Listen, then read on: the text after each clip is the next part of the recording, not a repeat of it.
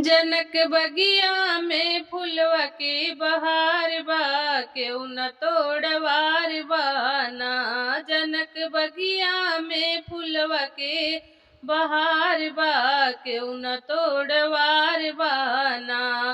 फुलवा तोड़ गौरा रानी जेकर भोले हैं स्वामी, फुलवा तोड़ गौरा रानी जेकर भोले हैं स्वामी। जेकर हथवा में डमरू के निशान बा, केहू न तोड़वार बाना। जेकर हथवा में डमरू के निशान बा, केहू न तोड़वार बाना।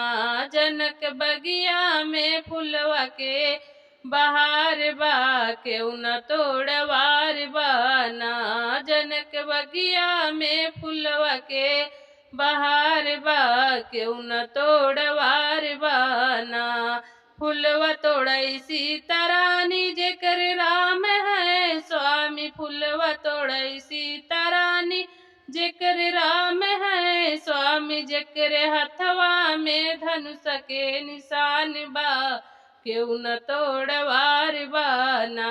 जेकर हथवा में धनुष के निशान बा, केहू न तोड़वार बाना। जनक बगिया में फुलवा के बहार बा, केहू न तोड़वार बाना। जनक बगिया में फुलवा के बहार बा, केहू न तोड़वार बाना। फुलवा तोड़ लक्ष्मी रानी जेकर विष्णु है स्वामी, फुलवा तोड़ लक्ष्मी रानी जेकर विष्णु है स्वामी। जेकर हथवा में चक्र के निशान बा, केहू न तोड़वार बाना। जेकर हथवा में चक्र के निशान बा, केहू न तोड़वार बाना। जनक बगिया में फुलवा के बहार बा, केहू न तोड़वार बाना।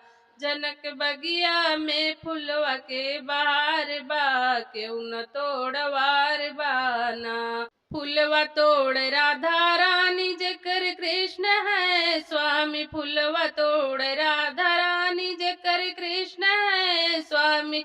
जेकर हथवा में बंसी के निशान बा, केहू न तोड़वार बाना। जेकर हथवा में बंसी के निशान बा, केहू न तोड़वार बाना। जनक बगिया में फुलवा के बहार बा, केहू न तोड़वार बाना। जनक बगिया में फुलवा के बहार बा, केहू न तोड़वार बा।